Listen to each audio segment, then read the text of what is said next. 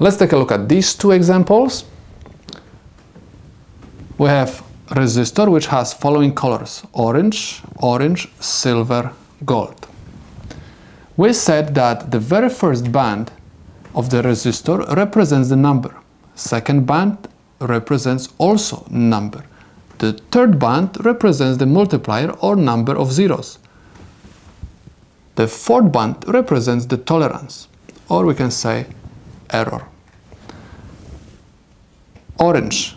Orange represents digit 3. That's why I'm going to write 3 over here. I have another orange, that's why I'm going to write 3.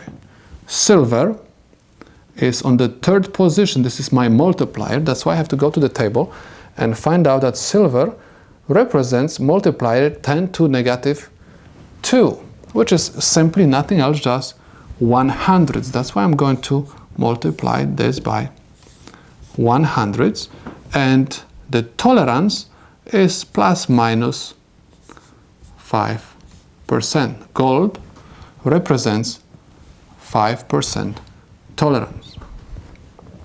Next, I'm going to multiply 33 by 100. The answer is going to be 0.33 ohms plus minus 5%. This is the resistance of this resistor. Let's take a look at the second resistor. We have yellow, red, silver. Yellow represents digit 4. That's why I'm going to write over here 4. Red represents digit 2. And silver at the third position, okay, is my multiplier, and we said that silver, right, represents multiplier 10 to negative 2, which is 100. Again, I'm going to multiply this by 100, and the tolerance is plus minus 5%.